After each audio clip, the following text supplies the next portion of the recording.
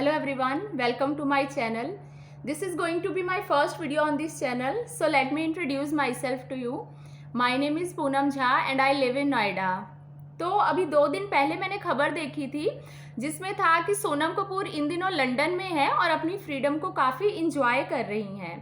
वो अपने घर का कामकाज खुद करती हैं, खाना पकाती हैं और इतना ही नहीं, वो बाज़ार से अपने लिए ग्रॉसरीज भी खुद ही खरीद कर लाती हैं, जो कि बहुत बड़ी बात है वाकई में। और इंडिया में तो ऐसा पॉसिबल ही नहीं है, इंडिया में तो ऐसा हो ही नहीं सकता। तो मुझे एक्चुअली आज ही पता लगा कि फ्रीडम की ये डेफिनेशन होती है, फ्रीडम इसे कहते हैं।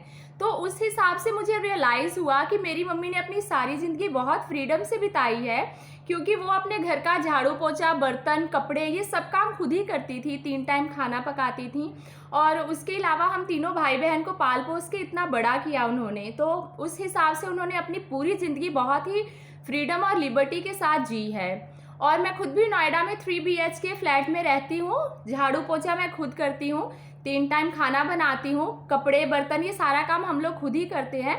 और भगवान की कृपा से कभी ऐसा आज तक नहीं हुआ कि कोई हाउस हेल्प या मेड ज़बरदस्ती हमारे घर में घुस आई हो और हमें ये सब काम करने से रोका हो।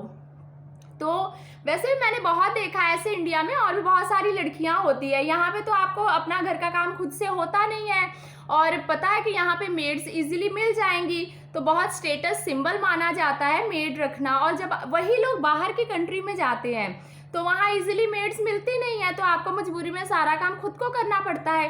तब आप कहते हो कि हम बहुत अपनी फ्रीडम को एंजॉय कर रहे हैं फॉरेन कंट्री में आके।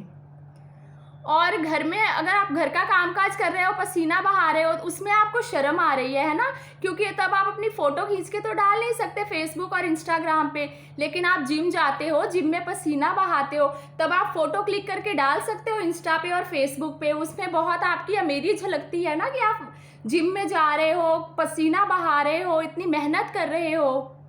तो बहुत ही दोगले लोग होते हैं वाकई में।